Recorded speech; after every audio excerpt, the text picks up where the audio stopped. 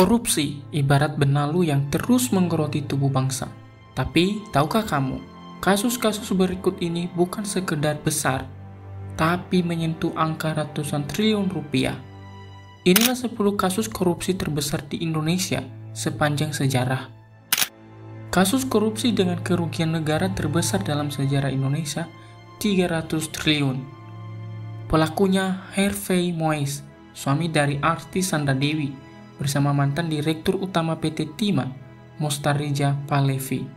Mereka bekerja sama dengan sejumlah pengusaha tambang ilegal untuk mengeruk timah dari wilayah tanpa izin. Mereka juga menyewa smelter dengan harga tak wajar dan menjual timah seolah dari luar padahal dari wilayah mereka sendiri. Yang paling parah, kerusakan lingkungan akibat penambangan ilegal ini ditaksir mencapai 271 triliun.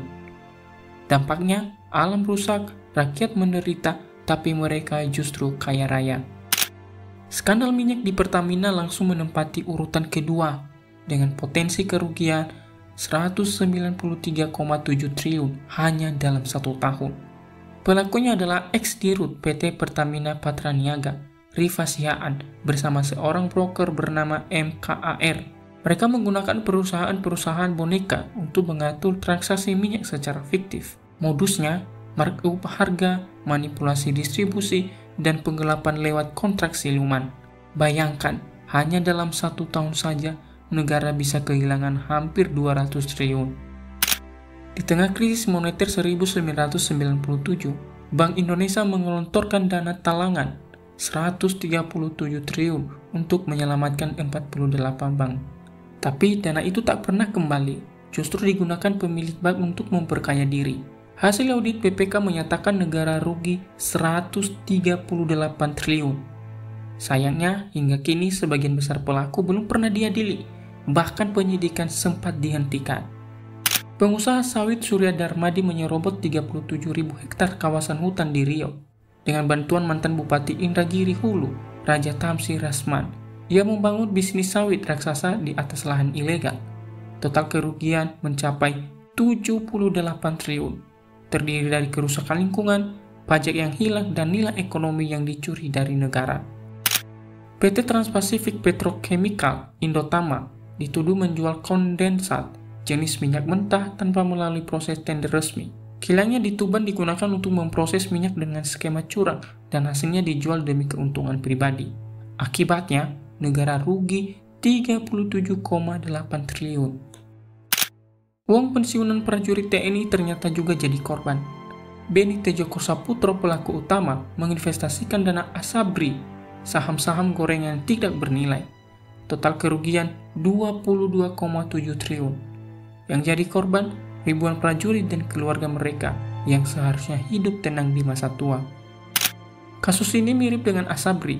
PT Jiwasraya gagal membayar polis nasabah senilai 12,4 triliun. Beni Tejokro dan Heru Hidayat lagi-lagi jadi dalang di balik investasi saham abal-abal ini. Kerugian negara mencapai 16,8 triliun. Di balik kelangkaan minyak goreng beberapa tahun lalu ternyata ada skema korupsi besar-besaran. Sejumlah oknum di pemerintahan memberi izin ekspor minyak sawit secara ilegal. Hasil audit menyebutkan kerugian negara mencapai 12 triliun, termasuk dari ekonomi dan keuangan. Pengadaan pesawat CRJ1000 dan ATR 72600 oleh Garuda Indonesia ternyata penuh permainan kotor.